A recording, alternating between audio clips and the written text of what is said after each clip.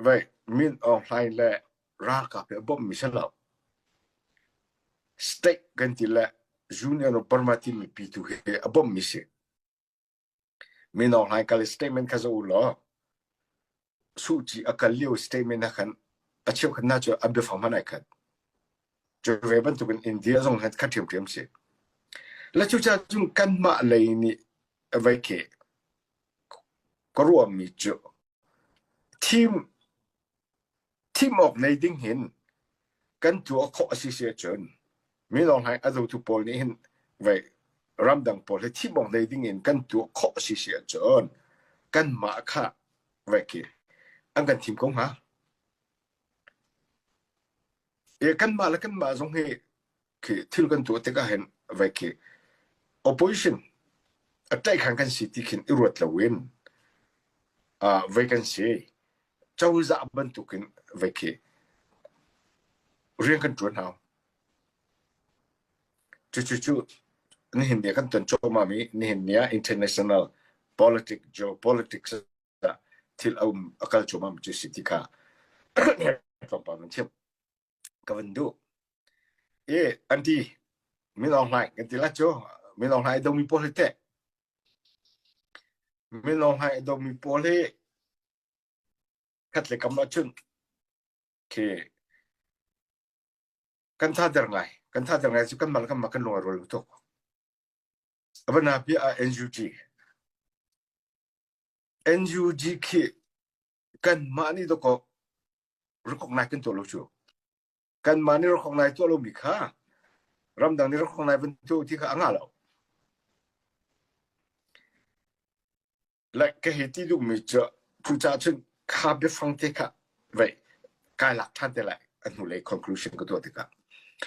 atuliwa til pakat mi cho SCEF alar te tak chọn nên cần chọn cho mà không hi tha te kan kalpi kho tlang la kan kalpi kho hi kan kal la ke airul rem ding me kan kalpi kho asisia chon volei pini hin thimo on ne nga alternate chú跟错后来冇啲咩，跟你做嘛流行。SCF 跟走啊准，那是嚟啊，但係嘛是嚟啊，為佢加咁多爛條嘛，阿文佢這個啲來佢睇弄來點解咁？實際講啊，不得嘅跟你做嘢，實際就講白啲，為。tanpa majile na ngajina kan nudel asinain kan kal choma ko atuna kavan chimme veni SCEF ni hin he min online alternate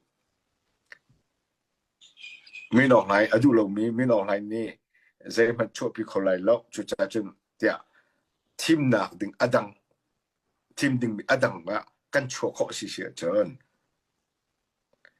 khi kan đầu tiên là em bắt tên anh kan bom khó tu là cái bị khó định kan city mi ka kan hun chứ gì bắt phố xí mi kan mà chen lên kan chỉ mi phun chung mình giàu sờ unity thì chú chim chú kan hoa ngay nãy tua kan team lâu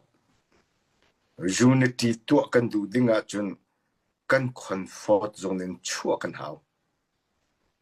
tu kan dir mun kan chua batak te initiative la kal hao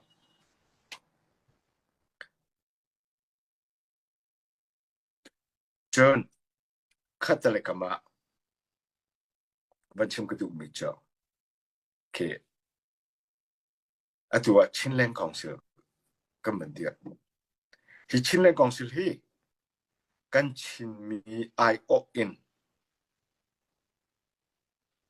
political issue kalpi te ding kan tim mi se asena in Chinland Council hi ahin ke kan ruaning la kan du ning hin an hong mi ha factory lo kan mu ke mani chu ko lo chun che song pit in Aramian betukin che ta pebe lo tere hanu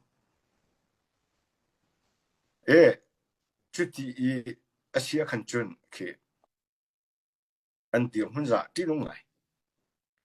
vulai vaya hin khaka po hin tilba pitu mu zela cities chun nanga zikuto ve politic kato ve kan ti chun mainstream political platform akumba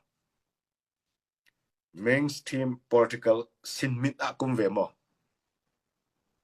tiki zolam ka atu chun kan du lo zong a CNF chu kan ral ni mainstream political platform okay recognize kan tu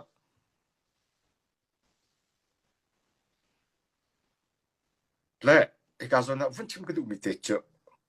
kan ma ni NUG kan recognize kan thati kan pek na lo hidir mendir chu cha chen Chinland Council zong kan pek lo chun khathem them NUG thon taru sala min online hi an chon lai lo alternate team ding min nei cho chen Chinland Council he kan thon tar lo si se chen